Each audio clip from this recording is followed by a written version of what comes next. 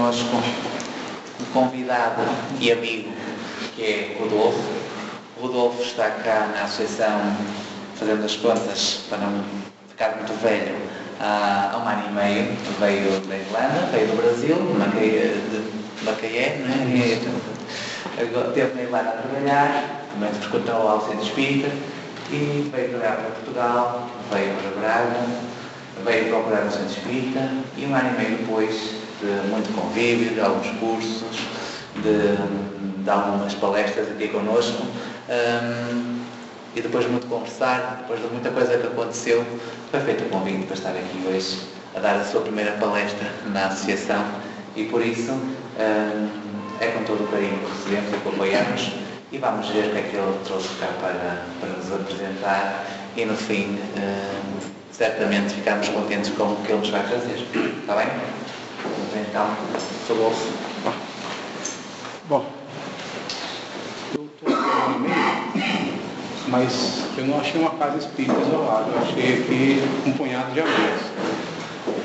Essa é a vantagem do espiritismo, você acaba andando, você acaba cultivando algumas amizades que são um pouco difíceis de desgarrar. Nesse contexto, eu gostaria de agradecer o Ivo a oportunidade, a Raquel, o seu Luiz, a Ana Helena, mas mais uma dúzia de pessoas que eu precisaria agradecer por estar aqui hoje, tanto pela oportunidade, quanto por colocar os conceitos em xeque e sair com um entendimento diferenciado, mais sólido à frente. O conflito de ideias é muito bom, pelo menos eu gosto, no caminho das ideias, claro. Bom, nesse viés, eu peço aí a permissão para a gente começar a tratar desse tema. O tema nosso hoje são os processos de causa e efeito inseridos dentro da lei de justiça, de amor e de caridade. Isso é importante a gente começar a ter isso em mente. Um outro sinal, como ele falou, sou brasileiro, e o brasileiro fala num ritmo um pouco diferente do de vocês, e usa uma seleção de palavras um tanto diferente também. Então, se por acaso alguma coisa não ficar muito clara, é só sinalizar que a gente faz o retorno e tenta dizer de outra forma, ou falando de forma mais pausada. Bom, peço desculpa antecipado também. O tema que a gente vai tocar é um tema tanto quanto um pouco áspero em alguns exemplos, quando a gente precisa exemplificar. Então, eu peço desculpa se eu tocar a marca individual de cada um. A gente busca trazer os exemplos que estão nos livros, mas é aquela história, ao ver a dor dos outros, a gente acaba identificando a nossa própria dor. Então, se por acaso citar alguns exemplos específicos que tem muito a ver com um exemplo pessoal, peço desculpa antecipado, não é a intenção, mas é inevitável, a gente vai falar de problemas na aplicação dessa lei. É uma lei que serve para os dois lados, tanto para o lado bom quanto para o lado ruim, tanto por acerto quanto por erro, mérito, demérito, etc. Mas, forçosamente, o que nos atrapalha hoje é a parte, infelizmente, negativa. Quem me dera se fosse o excesso de bondade, mas não é. Bom, aí, a didática que a gente selecionou para conversar sobre o tema hoje é uma didática um tanto quanto atípica. A gente vai fazer uma introdução muito grande, mais que o normal, para que a gente faça uma solidificação ou um balizamento de conceitos e logo em seguida a gente consegue ir em cima dos exemplos práticos, casos de uso, onde a gente consegue ver o processo de aplicação e trazer para o nosso dia a dia. Então eu vou pedir essa outra monotonia, eu já vos aviso que tem um processo um tanto quanto mais burocrático no início, tentarei ser o mais breve possível. Mas mais breve um tanto quanto difícil, porque é muito extenso o conteúdo. Bom, preparado para o voo, vamos lançar o voo. A gente tem o início da introdução, o estudo de caso e uma conclusão com a proposta espírita.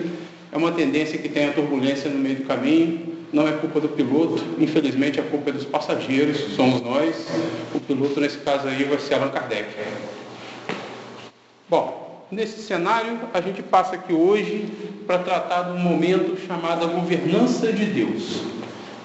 Governança é um termo que eu uso muito no trabalho, então está inevitavelmente no meu dia. Governança é muito do sentido de forma de trabalho, forma de atuação de Deus.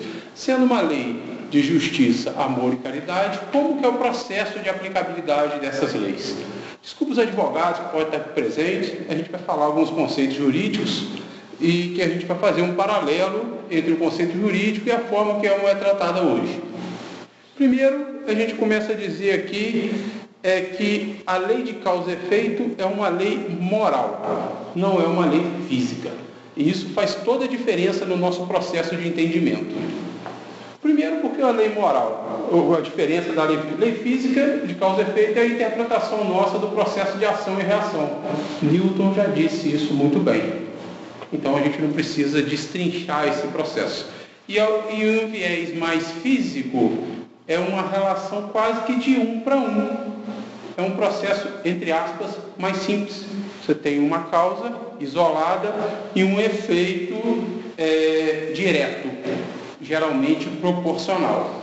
Quando se trata de lei de causa e efeito como a visão moral, essa relação 1 para 1 ela não se adapta muito bem.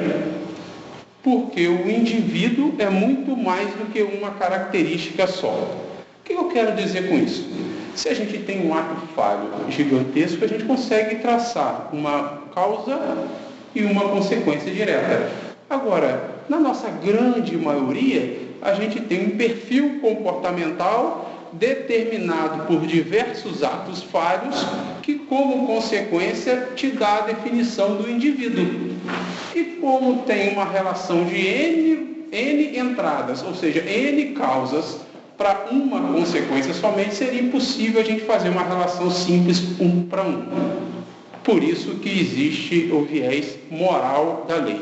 Quando tem o viés moral da lei, aí entra os processos de misericórdia, entra os processos complicadores, o nosso meio de análise fica um tanto quanto mais complexo. Esse é o ponto 1. O outro ponto é que existe um processo de coabitação de leis. O que eu quero dizer com coabitação de leis? Eu vou trazer um outro exemplo nosso para ficar mais simples no nosso entendimento no que tange ao Espiritismo. Hoje a gente tem muitos empresários, principalmente com essas crises no lugar A, crises no lugar B, uma série de equipes, etc. E é preciso que o empresário tenha um direito de abrir e fechar departamentos, abrir e fechar filiais, abrir e fechar regionais, contratar e demitir.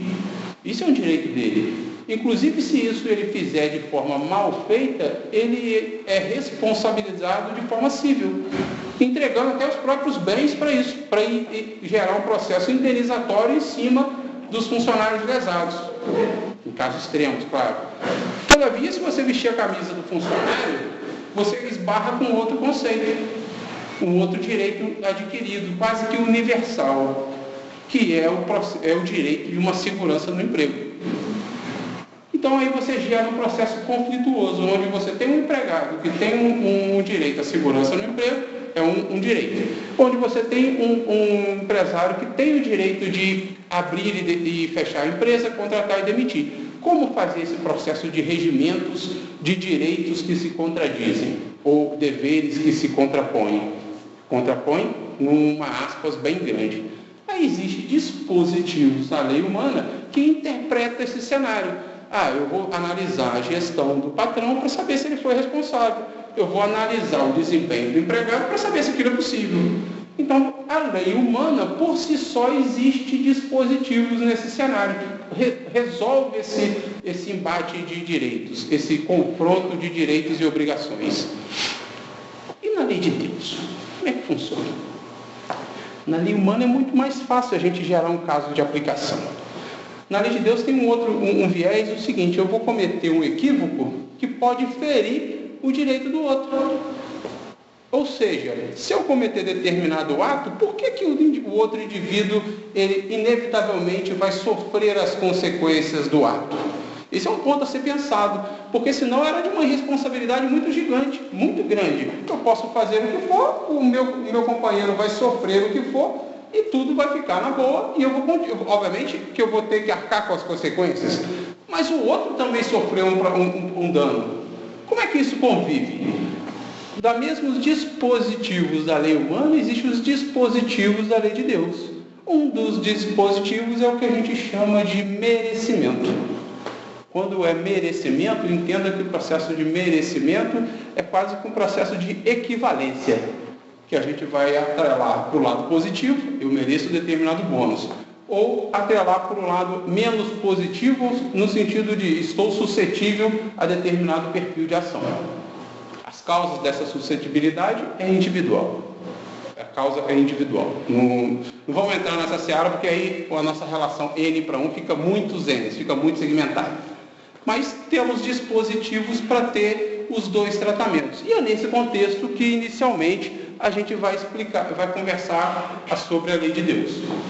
Tem um outro fator que é muito importante aqui também. Como é que é esse processo da lei de causa e efeito, ou melhor, da aplicação da lei de justiça, amor e caridade, através dos processos de causa e efeito, no decorrer da história? Vamos usar aquele marco clássico, Moisés, Jesus, e antes de Moisés, antes de Jesus, depois de Jesus. Para nós, os espíritas, tem um marco Kardec com a codificação, mas vamos pegar só esses dois. Antes de Moisés, eu costumo dizer que era complicado. Complicado é porque, no meu português, as outras palavras podem ficar chatas de serem ditas.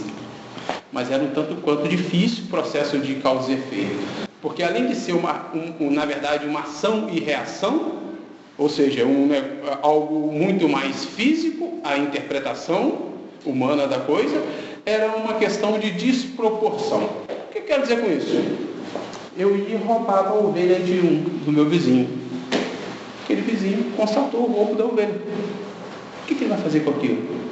Ele tem o direito do ressarcimento. Mas como é que ele faz isso? Além de eu ter que repor a ovelha, eu passava a dar direito a ele de pegar o rebanho e matar minha família. Não existia um processo de equilíbrio entre o ato e uma consequência, mesmo que seja de penalizar o mandante da primeira ação.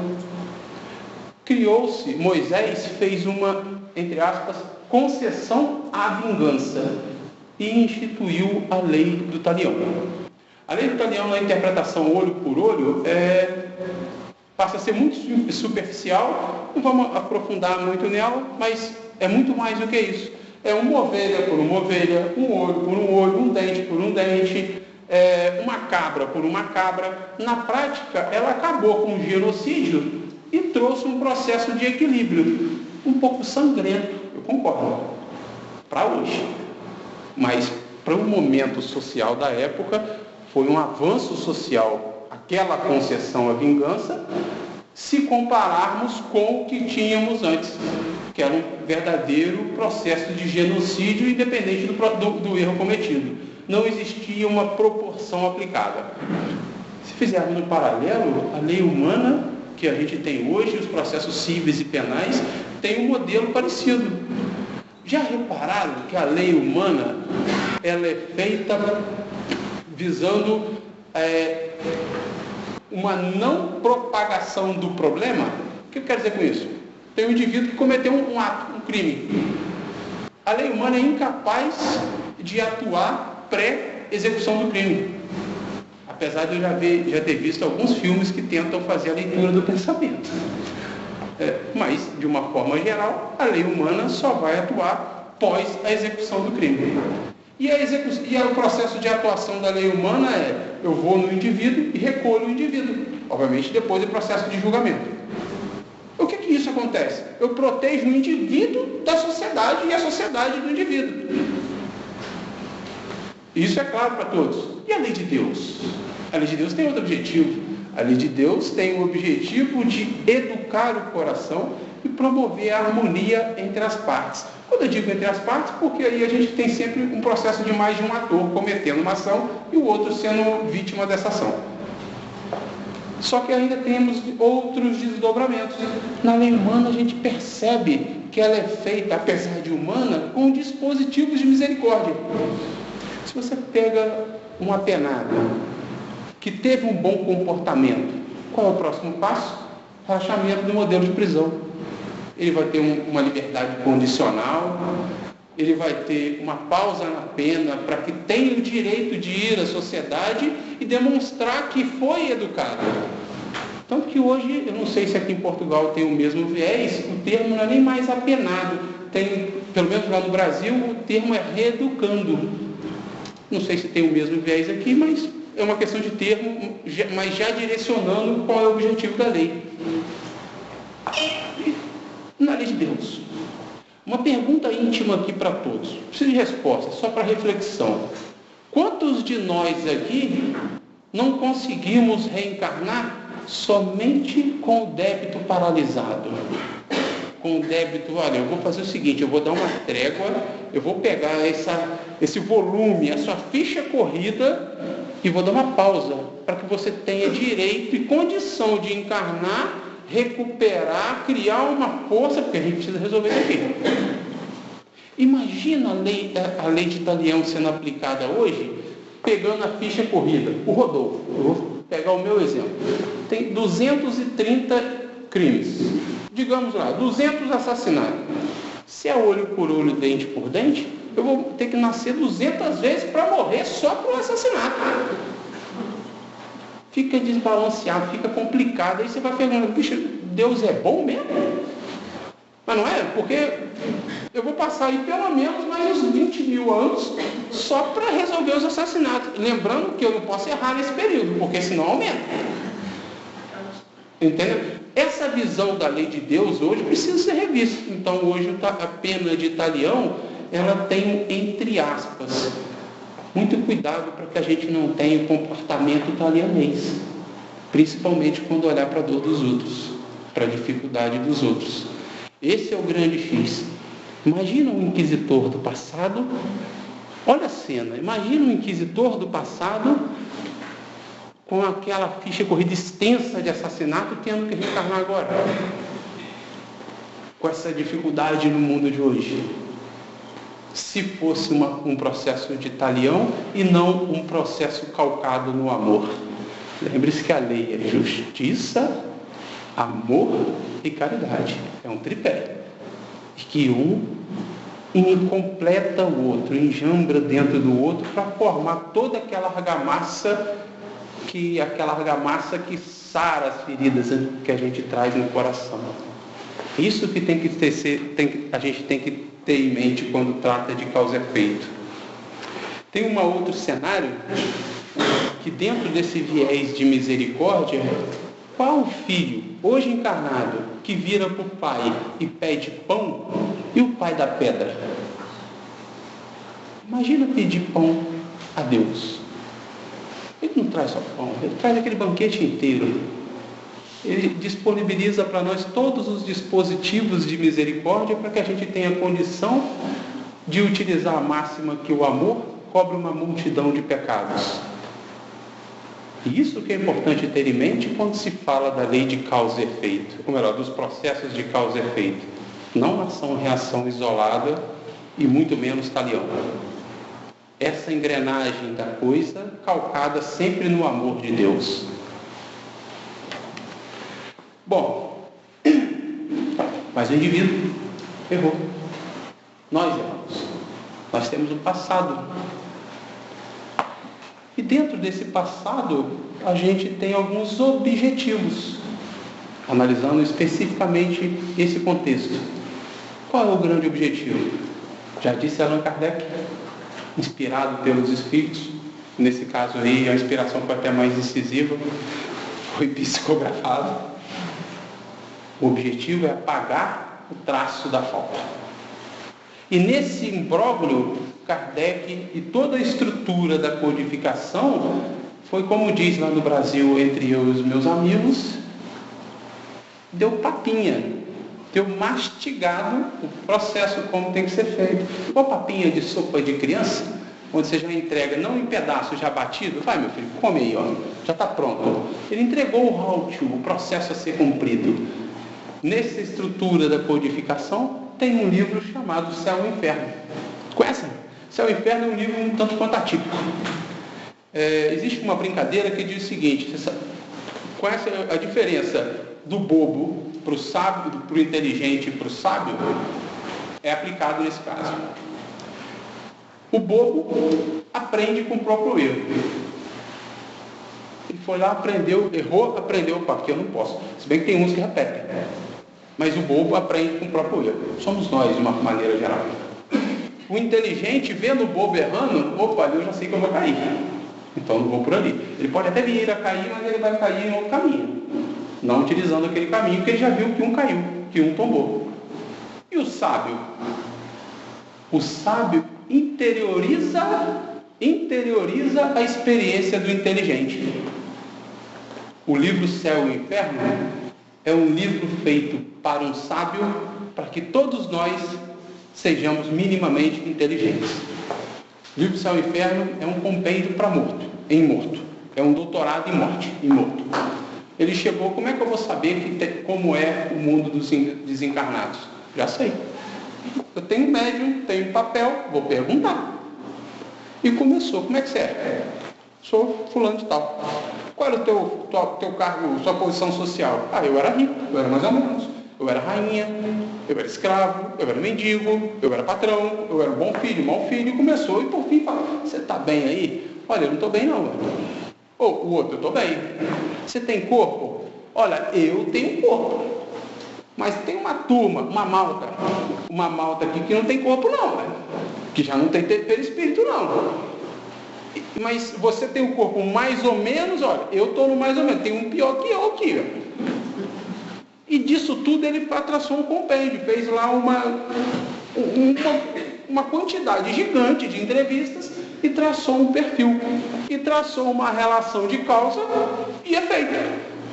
E começou. Fulano que teve um comportamento social X, um comportamento psicológico Y, ele chegou do lado de lá e não tá bom, mano. Aí ele falou, poxa, eu não posso ficar com isso aqui parado, a minha que não era para ficar parado, publicou. Aí nós, olhando para esse cenário, poxa, eu sei onde que um caiu, onde um caiu, onde que um subiu, o que aquele que subiu fez para subir. Está aí o manual para sermos minimamente inteligentes, que sassá. Esse é o livro Céu e Inferno para a gente. Na primeira parte, ele traz as entrevistas. Na segunda parte, ele traz as considerações em cima dessas entrevistas. Eu tenho um carinho muito especial. Eu tenho um prazer de estudar o livro Céu e Inferno maior do que eu estudar os outros. Já tive o meu momento de Gênesis, mas hoje o meu momento é Céu e Inferno. Não sei se acho que o meu estômago está doendo meio muito. Aí eu acabo indo Céu e Inferno. Entendeu? Mas esse é o trick. Quando a dor aperta, vamos aqui para onde tem ajuda. Bom, hoje a gente vai focar especificamente num capítulo específico, chama-se As Penas Futuras segundo o Espiritismo, no item 3, que é o capítulo direcionado para Código Penal da Vida Futura. Nesse processo de Código Penal da Vida Futura, e aí já só para esclarecer, a gente já passou a parte da introdução, óbvio. Então agora aqui começa o nosso momento de estudo de caso. E eu vou trazer o estudo de caso primeiro do Mário, segundo o nosso. O Mário é um caso mais extremado, onde a gente tem um fato e uma consequência direta. E o nosso são casos complexos, mais enjambrados, onde a gente tem várias sinuosidades nesse processo de análise. O caso do Mário é o caso do livro Memórias de um Suicida, da Ivone Pereira, e com o Espírito Caminho. Mário, sem fazer um spoiler, então sendo muito superficial, Mário era um rapaz noivo que, por um problema X com a noiva, ele assassinou a noiva. Assassinou a noiva com as próprias mãos, sufocando na região do pescoço. Então vocês imaginam como é que deve ter sido. E isso é importante fazer esse processo mental assim. Quando se faz esse processo de assassinato, se gera uma carga energética direcionada àquele comprometimento, àquela região que executou o fato. Faz muito sentido.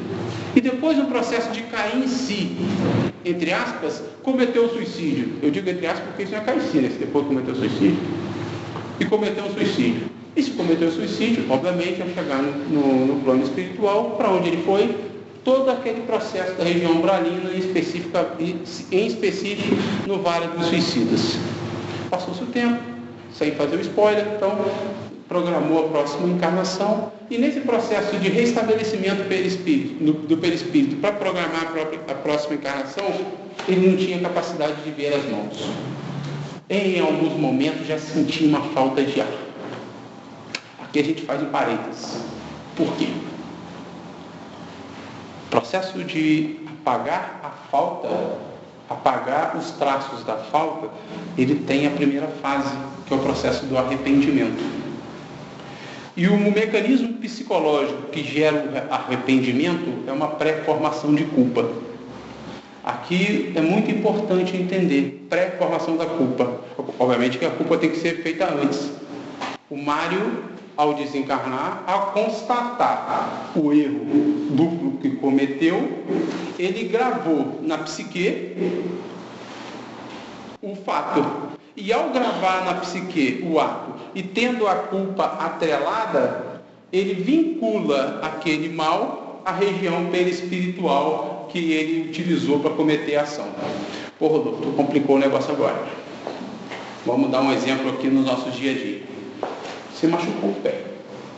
Como é que isso funciona? Você machucou o pé, chega no médico e tem que dar lá uma meia dúzia de ponto. É sutura, né? É ponta, né? É sutura. No Brasil é ponto. Vai ter que dar lá a injeção para anestesia, para parar a dor, para que o médico consiga fazer o processo. Ele vai lá e dá anestesia. E para de doer o pé. Isso é um negócio muito interessante, porque é um truque mental, é um truque do cérebro. Porque dói aonde? No pé, e quem ativa o processo de rompimento da dor é o cérebro. Porque, na verdade, o pé é o que foi lesionado, mas quem processa a dor é o cérebro. Então, quando se usa o processo da anestesia, diminui, interfere nessa relação entre o cérebro e o local original da dor. Ou melhor, o original da lesão, não da dor. A dor você somatiza no local da lesão, mas ela é biologicamente formada no cérebro. Fazendo um paralelo isso para o nosso exemplo do Mário, o Mário, quando cometeu o suicídio, ele lesou a psique e transferiu para a região do perispírito o mesmo processo da dor, a lesão. O mesmo processo da anestesia, a lesão que ele causou. Então ele não conseguia ver as mãos e não conseguia respirar direito. Reencarna. Ao reencarnar, tem uma chance para adivinhar, ele veio sem as mãos. E veio com um problema respiratório daqueles mais graves. Pegando o caso do Mário, onde que estava o arrependimento? Ele é um caso mais radical, onde a gente tem uma origem, um ato, e tem uma consequência direta. Agora, o Mário, com o processo da reencarnação, com o processo da lesão física, ele é chamado a cair em si. Chamado a pensar sobre o próprio problema. Chamado a pensar sobre a própria, entre aspas, doença. E aí que é o X da questão. E nós? Os inquisitores de 300 anos atrás. Aquele que ia no processo da Inquisição, lá no abdômen da vítima, e ainda virava para o sangue e virava estrume. Que além do ato, tinha o processo da soberba atrelada, onde tinha o processo da vaidade individual atrelada, que diminuía o outro a nada, considerando ele justo para morrer. E não foi uma nem duas. Quantos aqui somos companheiros de noites de São Bartolomeu, decapitando cabeças? Ah, vários. Esse, infelizmente, é o padrão harmônico da Terra, salvo as exceções. Os doentes de muitos anos, da relação um tanto quanto mais complexa dentro do processo da causa e efeito. Só que tinha um porém. Nós, nesse momento, tínhamos um avalizador que chamava-se sociedade. Naquele momento, socialmente falando, era possível fazermos esse tipo de atrocidade. Passou-se os 300 anos. Hoje, já não é possível fazer esse tipo de atrocidade mais. Não entrando nas especificidades, alguns países, Síria, no Oriente Médio, etc., que a gente sabe que tem casos extremos, mas não é a regra geral mundial, sobretudo aqui no Ocidente. Não temos essa aceitação social. Poxa, então melhoramos. Melhoramos? A gente só não faz. Quantos aqui, não digo nessa sala, eu digo encarnado, não somos os crápulas domésticos, os tiranos como chefes? Aquele que não é o centralizador pelo amor, é o centralizador pelo ódio. O alvo de uma amargura dos outros, dos que nos cercam. Quantos? Não sou só eu. Somos todos. Nesse cenário, o espírito cobrador que vê de fora, vê o indivíduo há 300 anos e um comportamento mental, uma psique formada. E vê hoje, realmente, hoje ele não mata mais no processo de inquisição porque não pode, mas a psique é mesmo. Mudou ou não? Esse processo de mudança é um processo íntimo, que acaba refletindo no nosso dia a dia. Esse é o grande X da questão, quando a gente começa a tratar processos de causa e efeito nos nossos dias de hoje, sobre os nossos exemplos. Bom, a gente tem a formação da culpa também. Nesse exemplo que a gente deu menos drástico, que foi o caso do Mário. Como é que é a formação da culpa? Primeiro vem a conscientização, a culpa atrelando o nosso estrutura biológica. Vocês já perguntaram, e doença autoimune? Onde os médicos não têm uma explicação muito precisa para ela. Vocês já olharam para a doença? Para reumatismo, artrite reumatoide, onde o cara sente dor só com o vento. E senilitude, ou um processo senil antecipado. Já se perguntaram sobre doenças complexas do nosso dia a dia? E outra, quando você olha para essa doença, o que olha para ela? Já perguntou o que essa doença quer amolecer em nosso coração? O que essa doença tem que promover em nós? Porque Deus é bom, é justo e bom. Não tem nada no mundo que nos ame mais, nem a minha mãe. E eu acho que ela gosta de mim. Entendeu? Então, se eu estou imerso num Deus que me ama a esse ponto, como que eu posso sofrer? Como que eu posso ter uma doença habitando meu corpo? O que ela significa para mim? Qual é o trampolim que ela vem? Qual é o trampolim que eu tenho que usá-la? Para quê? Para quê? Aí a gente volta o processo de arrependimento. O processo de arrependimento, principalmente nesses casos, não precisa ser um processo emotivo. Porque o processo emotivo, aquele do choro, onde o seu colega de quarto, ou o seu colega do trabalho, ou o seu colega, sua esposa em casa, quase que chora com você de pena. Não é nada, é pena. E pena não é bom. Por mais que as mulheres sejam mais sublimadas, o processo é íntimo. E quando o processo é íntimo, é uma decisão consciente em mudar. Vem muito a calhar com a definição do que é espiritismo. Vem muito a calhar sobre conhecereis a verdade, e a verdade vos libertará. Vem muito a calhar com os nossos conceitos que a gente usa do dia a dia. Opa, não é à toa que isso é explicação espírita do processo. Esse que é o grande X da questão. Bom, temos o processo da formação da culpa, temos o processo do arrependimento e temos o processo seguinte, que vem logo depois do cair em si do arrependimento, que é o processo da expiação. Expiar, a gente tem muito aqui vinculado a um processo relacionado à carne, etc. Mas expiar também significa purificar. E é nesse conceito que a gente precisa se abraçar no dia de hoje.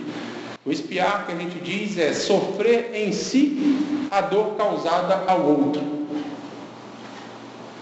Isso é importante, porque o processo para pagar a marca da falta, ele tem 3 pontos.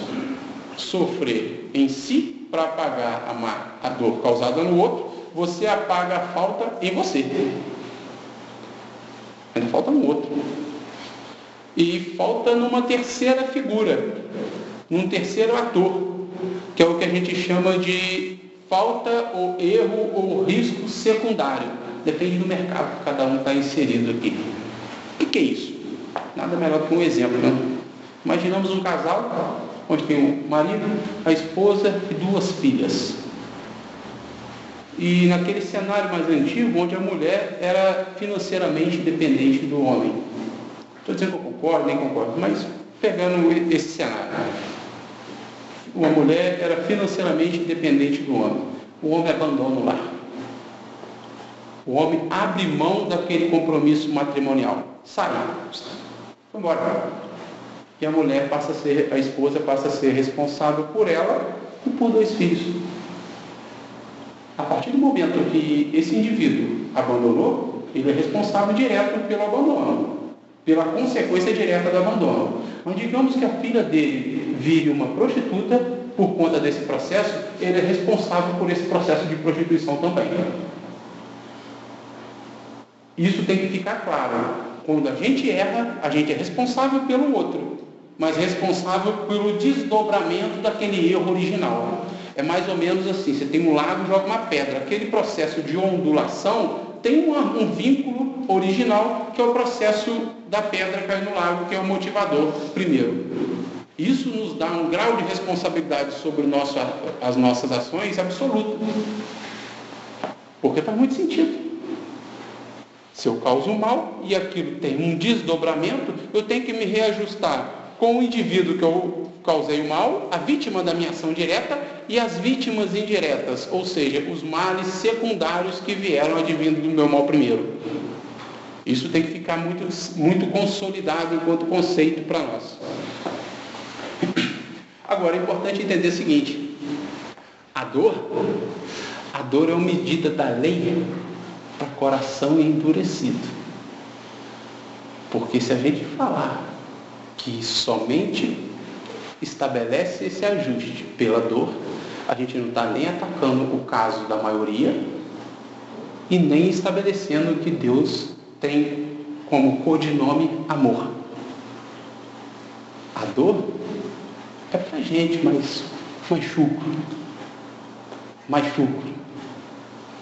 Pelo amor, no processo de um amor cobrir multidões de pecados, o processo é muito mais bonito, mais gostoso e é mais exequível.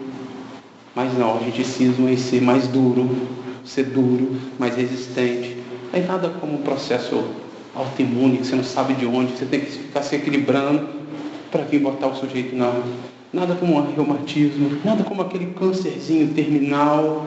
Eu digo câncerzinho, é quase como uma ironia do problema, o problema é radical demais, tá? Não é diminuindo.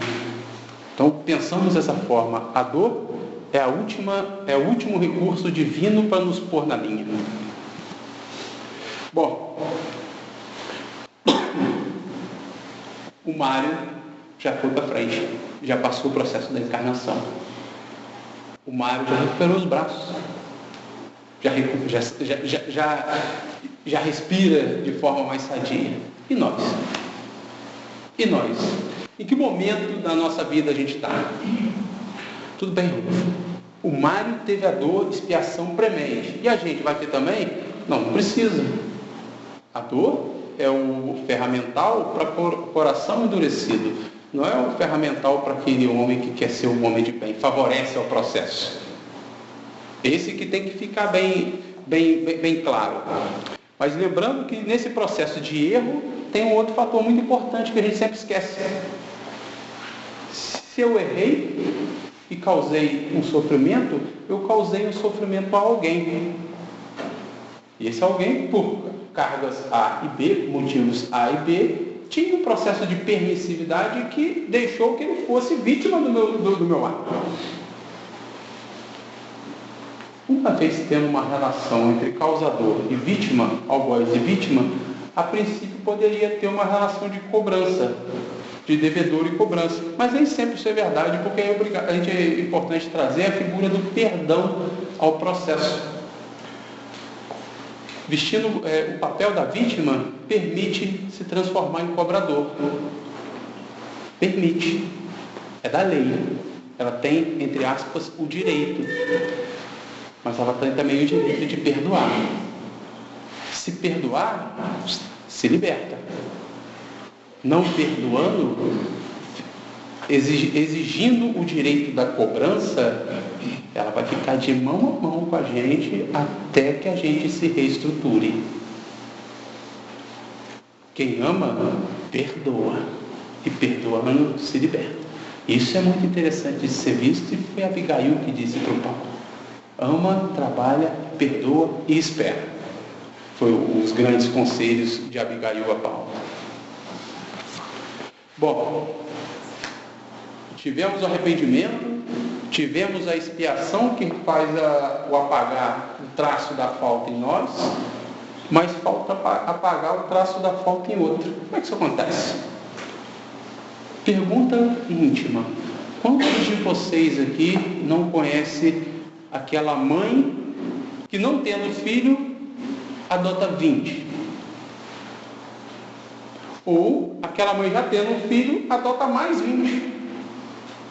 Ou aquele médico que tem um desejo louco de curar, poderia ir aqui para o hospital de Braga e curar aqui, vai lá para a África, para o continente africano. Ou aqueles pais que são pais exemplares, mas têm filhos que são filhos de realmente projetos complexos, e que ele trata com todo amor, carinho, mas o filho cisma em não ser um exemplo. Quantos? Eu acho que todo mundo aqui conhece uma meia dúzia de exemplos, né?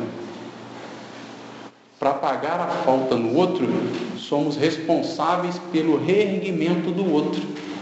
O outro que no passado nós destruímos ou nós causamos dor. Então, se temos hoje aí muitos cenários complexos, tenho certeza, a gente também tem, melhor, a gente tende a ter a maior parte da culpa, que não é mérito nesse caso. Para pagar a falta no outro, temos que andar de mão dada e sermos responsáveis pelo seu soerguimento. Mas ainda falta o da sociedade. Obviamente que o da sociedade eu vou dar uma cola em Jesus, no exemplo do filho pródigo. O filho chega, depois de ter passado poucas e boas no processo de revolta, e o pai avista, e o pai o perdoa, e é apagada a marca dele. O pai aceita o perdão e é apagada a marca do pai. E o pai apresenta o seu filho redimido à sociedade e é apagada a marca na sociedade.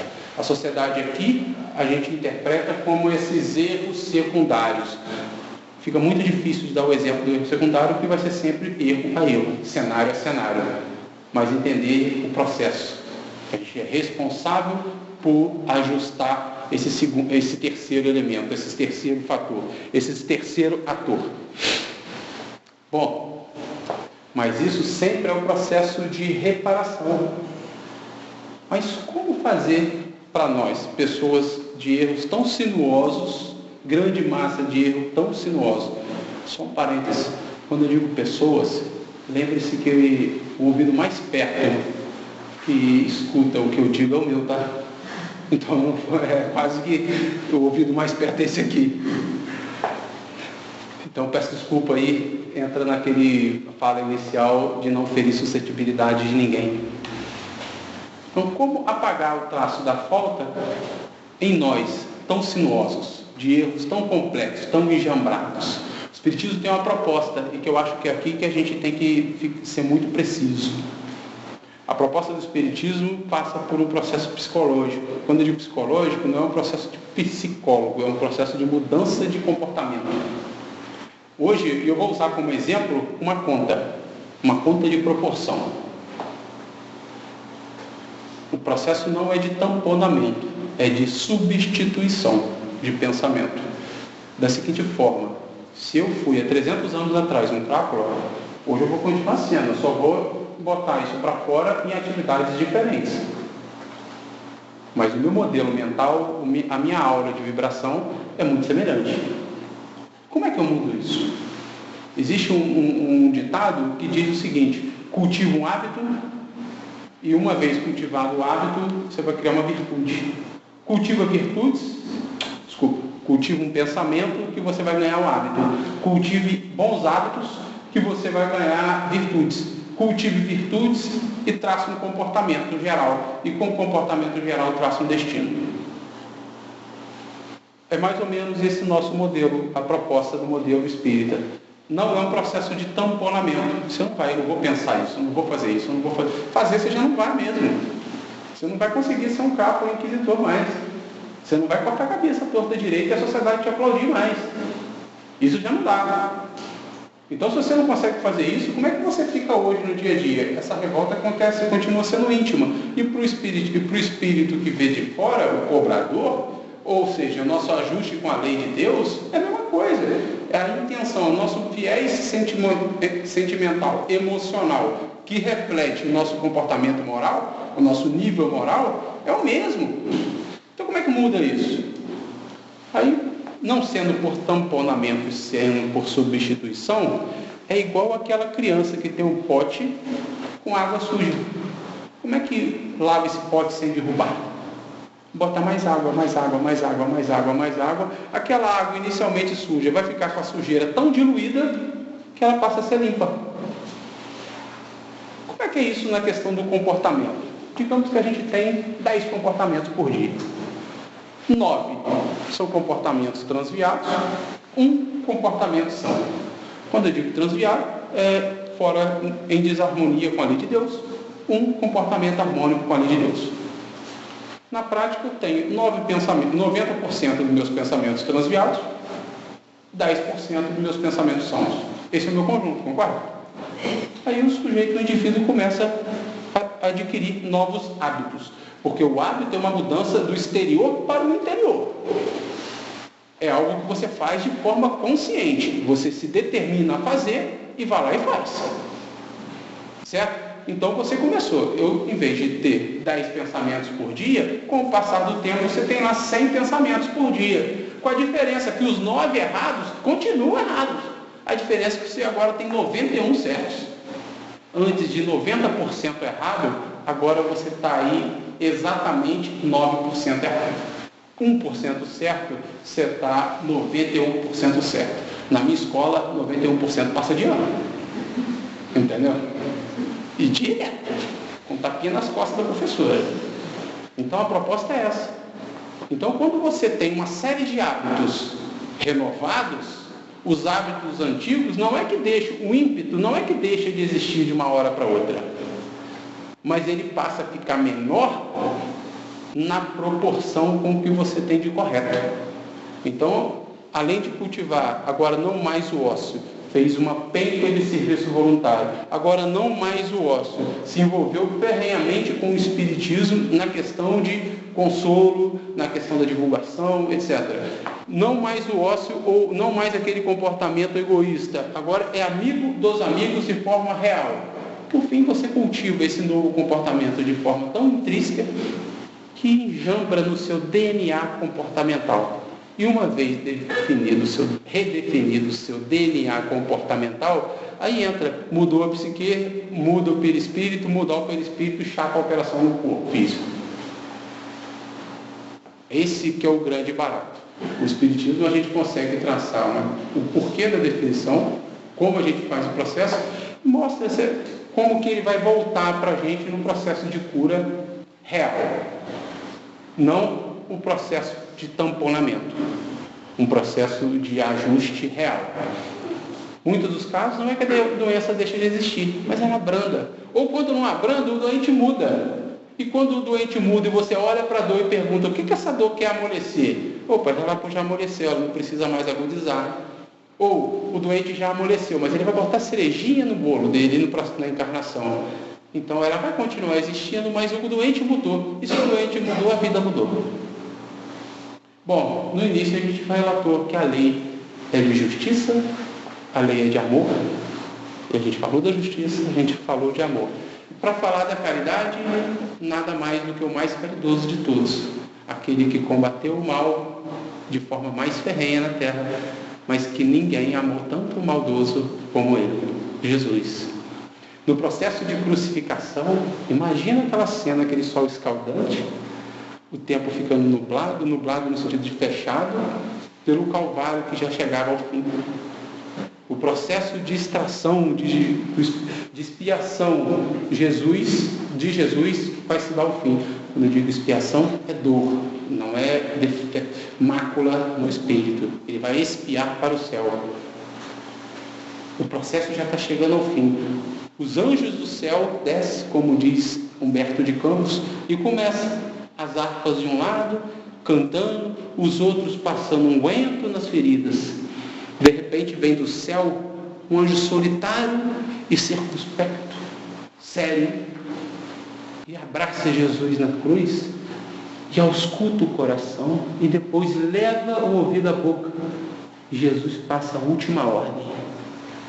E o anjo se recolhe e sai dali em direção distante, e nenhum dos outros percebeu essa mudança. Só Jesus, que da cruz via ao longe o anjo que cumpria seu mandato. A ordem era Code Judas, que acabou de se suicidar.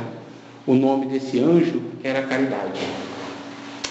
Meus amigos, falar dessa lei, justiça, amor e caridade, eu entendo que é um negócio um tanto quanto complexo, que toca a dor de todos em algum momento, mais ou menos. Mas é muito importante saber que todo mundo traz o coração repleto de esperança, por ter traçado tantos planos de alegria. E a gente sabe que os sonhos sempre adornam os nossos dias. A gente voltamos, os olhos para o céu como a implorar. Por que rolaram pelo chão os nossos sonhos e os nossos sonhos de felicidade? Chora. Amigo, ninguém, absolutamente ninguém, semeador e colhe paz. E hoje todos aqui temos o que plantamos lá atrás, mas o amanhã está em nossas mãos. Muito obrigado.